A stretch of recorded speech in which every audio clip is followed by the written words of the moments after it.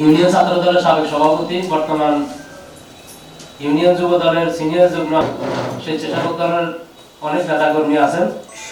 আমরা আসলে যে স্বল্প সংখ্যক আনতে বাংলাদেশ জাতীয়তাবাদী ছাত্র দলের রাজনীতির সাথে সম্পৃক্ত হই।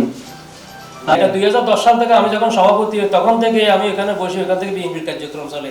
এটাকে অবৈধ ও ফ্যাসিস্ট আওয়ামী সরকার ও তার সন্ত্রাসী বাহিনী আমার বিজয় ছিনিয়ে নিয়ে যায় এবং একটি কুচক্রী মহল উদ্দেশ্য প্রণোদিতভাবে নির্বাচনের মাধ্যমে 10 নং অসহায় ইউনিয়ন বিএনপির সভাপতি নির্বাচিত হই।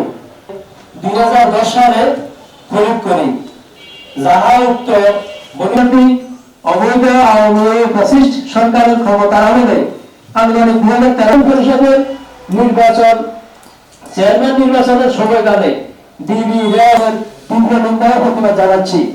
প্রকাশ থাকে যে উক্ত জি দলীয় অফিস না আপনার ব্যক্তিগত? আমার ব্যক্তিগত মাদক বাণিজ্য সাদা আদায় এরা কারা, এই চক্র কারা, এই চক্রটা একটু ক্লিয়ার করা দরকার ছিল। বিএনপির দলীয় মনোনয়নে 2011 ও 2017 ইংরেজি পর্যন্ত দায়িত্ব পালন করি এবং কত সংবাদকর্মীদের মাধ্যমে সর্বস্তরের জনসাধারণ সহ প্রশাসনের প্রতি আমি আমার এই দাবি জানাচ্ছি।